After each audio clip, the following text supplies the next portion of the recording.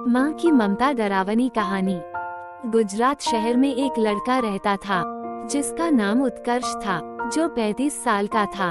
उसने सोचा कि मैं अपने परिवार के साथ पिकनिक के लिए देहरादून जाऊं, जहां उसने 6-7 दिन अपने परिवार के साथ बिताए। जब वह अपने घर गुजरात आने लगा तो उसका पूरा परिवार गाड़ी में बैठ चुका था और वह भी रास्ते में आते आते रात के 2 बजे बज चुके थे और वह देहरादून के पहाड़ों को पार कर रहा था।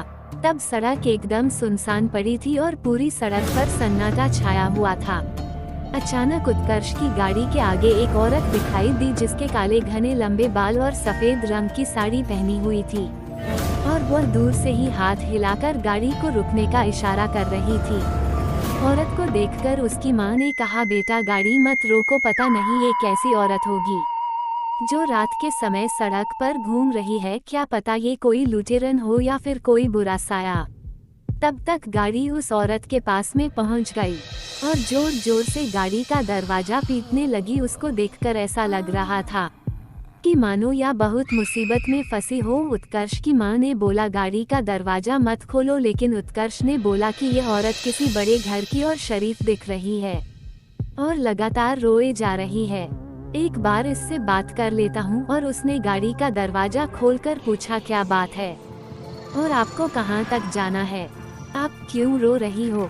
तब औरत ने बोला कि मेरी गाड़ी खाई के नीचे गिर गई है और उसमें पीछे वाली सीट पर मेरी छोटी बेटी फंस गई है, कृपया आप मेरी मदद करो। इतना सुनकर उत्कर्ष खाई की तरफ दौड़ा और उसके पीछे उसका पूरा परिवार भी दौड़ा। उत्कर्ष सड़क के नीचे खाई में उतरा और गाड़ी का दरवाजा पीटने लगा, लेकिन दरवाजा नहीं खुल रहा था।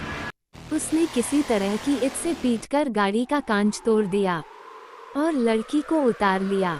वो लड़की लगातार रोए जा रही थी। मैंने बोला, बेटा तुम्हारी मम्मी पीछे ही खड़ी है, अपनी मम्मी के पास जाओ। तब भी वो लड़की मम्मी मम्मी बोले जा रही थी। फिर मैंने उसको अपनी गोदी में उठा लिया और ऊपर आने लगा। तभी मेरी निगाह गाड़ी के आगे वाली सीट पर गई। शीशे के अंदर कुछ धुंधला धुंधला सा दिख रहा था। मैंने वह भी कांच तोड़ा तो देखा आगे वाली सीट पर एक औरत बैठी हुई थी जिसका माथा फूट गया था, खून बहुत सारा निकल रहा था और वो मर चुकी थी।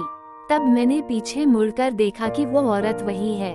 तब तो मेरे होश उड़ गए और तभी मेरा परिवार इकट्ठा होकर मेरे पास आ गया।